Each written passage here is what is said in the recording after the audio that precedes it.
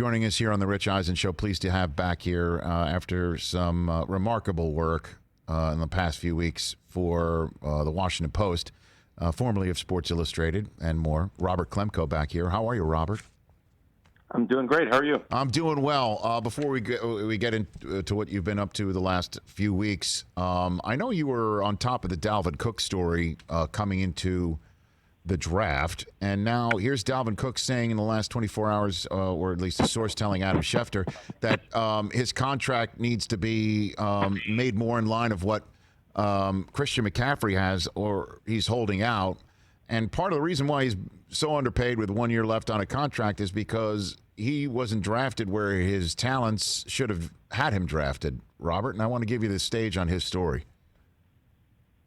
Yeah, he's got a fascinating one, but it's not that uncommon across the NFL. He comes from one of the worst neighborhoods in the Miami area, had a number of run-ins with the law, obviously had the big injury early on in his career.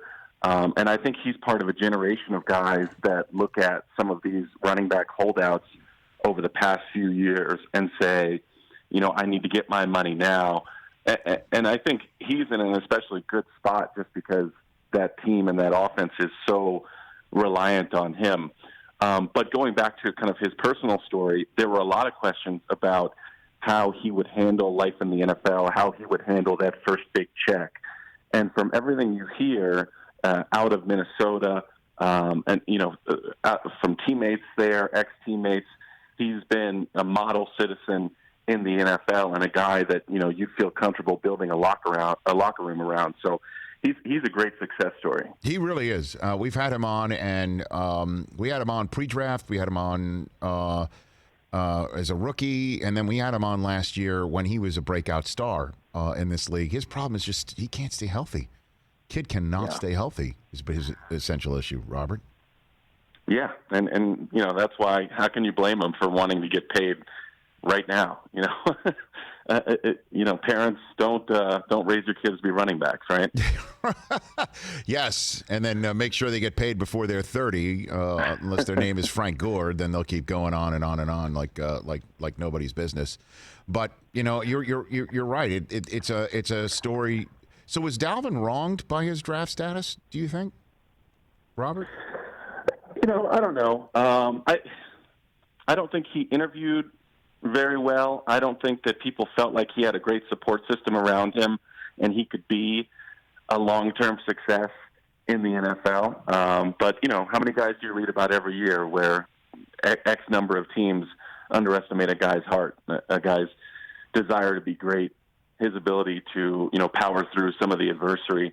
I was talking with a GM yesterday about a lot of the issues that we're talking about now, and in terms of racial inequality. And he was saying, the stories that I go back home and tell my wife about these kids that I meet, they're not about guys that, had a head start in the 400-meter race, came from great neighborhoods, came from great families, and, are at this stage now. They're the stories about the guys that didn't have a head start, that had all these obstacles and all this adversity to overcome. And so much of what we encounter with those kids is due to no fault of their own. It's about some of the symptoms of racial inequality in the United States. And I think Dalvin Cook's story, as you dive deeper into it, falls into that category. Robert Klemko, the Washington Post, here on the Rich Eisen Show. You just came back. How long were you in the city of Minneapolis, Robert? I was there for 8 days. 8 days. My word. I guess I could go macro here and say, what'd you see? I mean, I know what you wrote about, but for those who may not know, what did you see, Robert? I got there Thursday night, and that was the night that they set fire to the 3rd Precinct Police Station. And so that was kind of my first impression. This really wild group of mostly teens, very mixed crowd in terms of racial background. A lot of women out there, surprisingly, as well. Just a really diverse group. Mm-hmm. Just laying waste to this several square block area of the city. And then you wake up the next morning and you start attending some of these protests and some of these rallies and these memorials for Floyd. And I think you begin to realize, and I'm a newbie at covering this sort of thing, but you begin to realize that everything that you're seeing on CNN, on Fox, a lot of the things that you're seeing on television are the highlight reel from the night before. But the stuff that's happening during the day, the really positive conversations, the people cleaning up, that's not really what makes for good TV. So once I was there for a couple of days and got the feel of it, I tried to focus some of my attention on kind of balancing that out and telling the stories of the people who were activists, who were trying to make a difference. One of them actually, kind of intersected with sports for me was Royce White, the former NBA first-round pick who, played all of a few minutes in the NBA, and he's become, a protest activism leader out in Minneapolis. Tell me more about his story. I read your piece, and I thought it was really interesting, obviously, having you on here. No, it was excellent. How'd you come across him? Let's unpack his story a little bit here for the listeners and viewers here, Robert. Yeah. Well, the situation is so chaotic there on the ground. There's a million stories, so you just kind of have to go outside and start talking to people. And right by our hotel, we were staying at the Residence Inn, the three Post reporters that were there, was this enormous march. And then, so I started walking in it and talking to people and finding out how it started. And it turns out that Royce White and a group of 30 Minnesota current and former basketball players, football players, college, pro, what have you, they started a group text last summer about getting together and finding a gym to work out.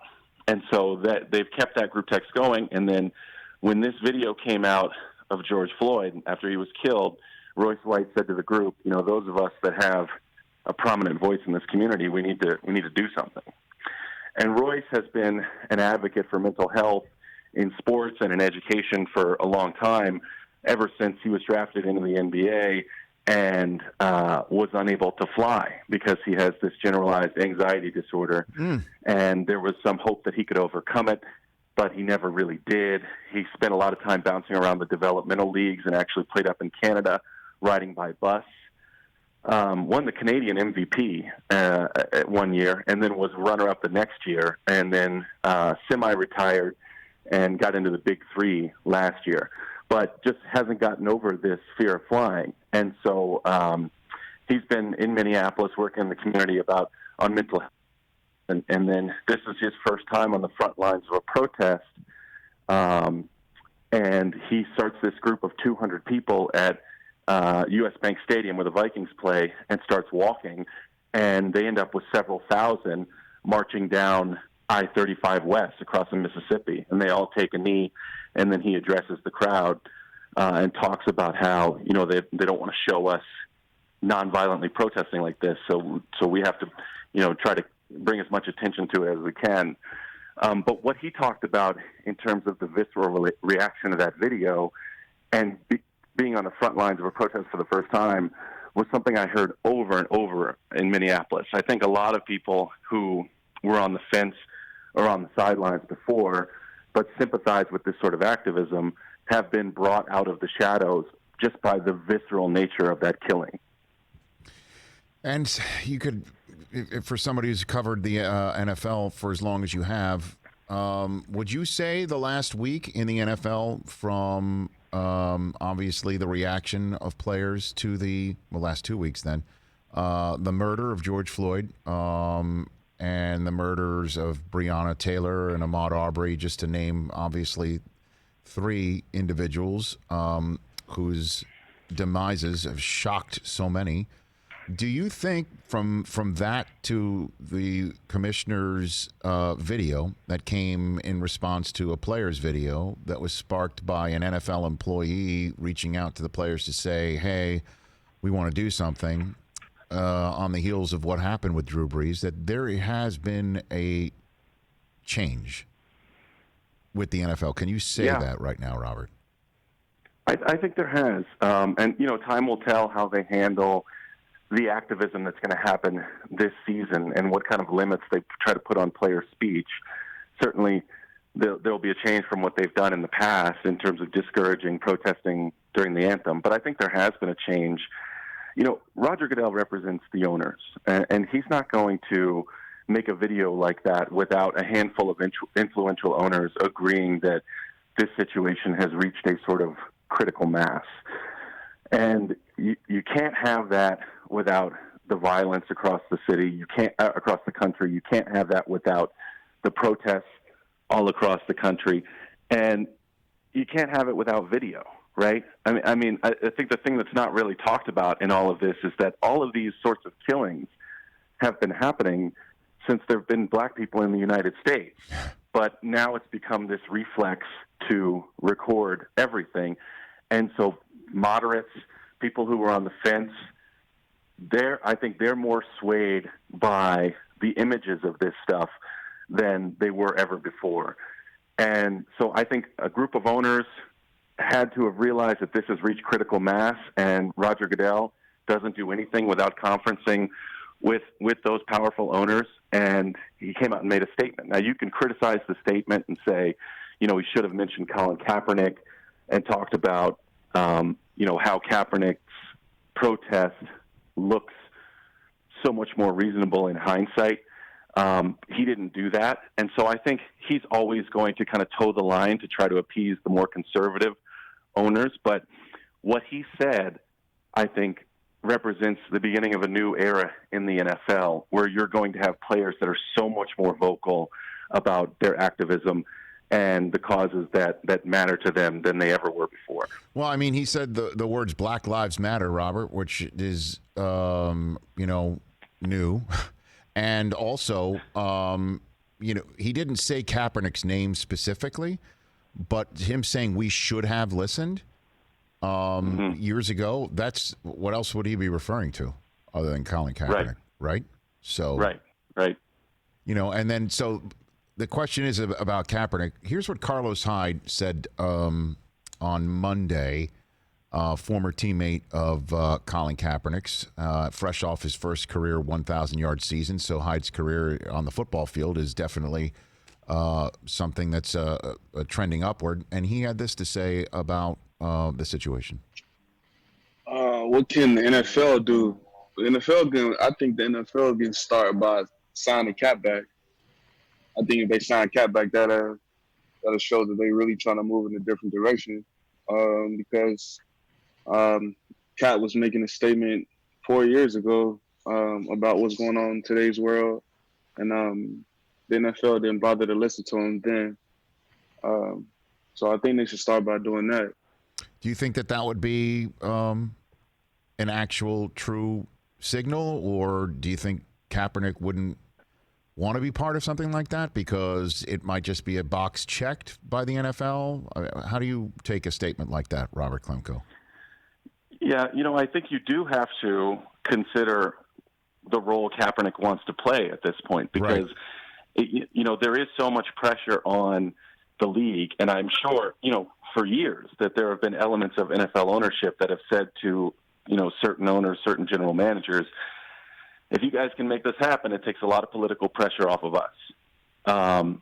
But Kaepernick may not want to go into a situation where he's not actually competing for a starting job, or he's not actually needed, if it feels like it's just being done to satisfy the tides of public opinion that are swaying so rapidly right now. The big mystery with Kaepernick is what he wants, because he doesn't speak in the media that often. He's not the vocal leader that I think a lot of people that are on his side want him to be. He has become a symbol in a lot of ways. I mean, when was the last time you heard Colin address any of these issues of his unemployment in public in an interview? I mean, I think his camp has always been on the stance that, we don't want to put it out in the media and have the media manipulate our words, right? But there are so many avenues now for expression if you're an athlete that is unmitigated by anybody else's voice. And I think, in the next several months are his opportunity to, set the record straight and press the NFL on this idea that he continues to be blackballed based on his political stance. Well, I guess, Robert Klemko, the Washington Post, we got to just linger on this issue for a second here. I guess the last time we heard Kaepernick say something on the subject was after the debacle. There's no other way to describe what happened in the state of Georgia. Was that last November for the tryout that was, slammed together is the only way to put it. And then, with an very odd timing on when it happened, why it happened. Never really was any description as to why it happened.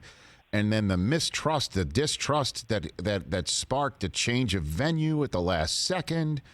Debacle from start to finish is the only way to describe that. That's kind of the last time. And by the way, if he wants to, speak publicly and not have his words taken other than what's coming out of his mouth, he could come on a live radio and television show like this one and just have the floor. I'll say that once again. So, right, I mean, that what the hell happened last November? And can that genie be put back into the bottle and uncorked and start again, do you think? Yeah, I think there were several miscommunications, and there were several of his terms that weren't met when it was first talked about, him having this tryout in Georgia at the Falcons complex. And I think the main one was that he wanted the media there to document it because, if I were Colin, I wouldn't want all of these teams to then come away from that tryout and have these anonymous scouts say, yeah, he really just didn't have the zip on his fastball anymore, right? Mm-hmm. Because I think that's the easy way out for a lot of these teams. But, from the team perspective, there's really no precedent for letting media come watch a mass free agent tryout, right? But I think the mistake for players is to focus on whether or not Colin comes back as some sort of marker for a measure of, the NFL's acceptance. I mean, there's so many other things that the NFL can do that can advance the fight against racial inequality. I mean, first and foremost, finally figure out a way to have African-American coaches in leadership positions and head coaching positions and African-American general managers, because there are so many people that are in that pipeline who aren't getting the same opportunities as, this good old boy network where you're seeing coaches' sons and relatives of coaches and son-in-laws of coaches hired to prominent coaching positions all over the league, and a lot of African-American coaches who have, put in more time and had more success being skipped over. So, I think that's the first thing the NFL can do. And the other place where, nobody in the NFL in the leadership has stepped up is in this discussion of compensating student athletes in the NCAA. Because right now the NFL is a beneficiary of a system that some argue robs a lot of African-American teenagers coming out of poverty of their earning power in the athletic prime of their careers. And you haven't heard anybody in the NFL in a leadership position talk about the equity of that or the fairness of that. And it's because the NFL benefits from that pipeline. Last one for you, Robert. You, again, have been right at the middle of this story, covering it for the many, for Sports Illustrated, Washington Post, so on and so forth, USA Today, right? You've been at you've talked to NFL management, you've spoken to players. You even said that there's going to be a burst of activism that's coming this fall. We know it. We all know it. The NBA will knock on wood, go first because they will open up and tip off in July. I mean, it's entirely possible baseball does, but that we'll see a burst of activism for the NFL this fall. How would you counsel if they said, "Hey, Robert Klemko, you've spoken to everybody here. I put in your plate." How would you counsel everybody to figure out what to do, Robert? Yeah. It's a good question, and it's a story I'm actually working on right now. I mentioned I spoke to a general manager yesterday, and he talked about what he's done over the last 3 weeks. And, he took the phrase Black Lives Matter very literally, and he called all of the black men and women that have mattered to him in his career and in his life, and called to check in and see how they were doing, but then also wanted to know what he could be doing differently. And some of those people were in his organization, some were not. And I think one of the takeaways that he came away with is that we need to sit down with players who may not be in leadership positions, who may not be one of our captains, but these guys that have these real life, tangible experiences with, police brutality, with, racial profiling, and talk to them about a plan. Because if it doesn't feel like everybody in our organization is included in this discussion, then we're never going to achieve any degree of solidarity on this thing. And I think when Ferguson and Baltimore were happening, a lot of the discussions that happened with teams were around, were between coaches and management and player leadership, and didn't involve every voice in the room. And I think if I were giving broad advice, I would tell these coaches, these general managers, these owners to try to make sure that everybody in the room feels heard. Yeah, but don't you think that there needs to be a league-wide policy here? That that Team A says some stand, some kneel. I mean, we're gonna run through the same questions that we did in 2016 and 2017. Now, Robert, I mean, it's coming. We know it. It's here already. Drew Brees had to address the president himself on Twitter to say, "Don't make this a wedge issue." So we know it's coming. The question is, though, you can't have Team A say some stand, some kneel, and Team B is like those who don't want to stand, stay in the locker room, and Team C is like everybody's standing. Everybody's out of the locker room and everybody's standing. Like, we can't have a repeat.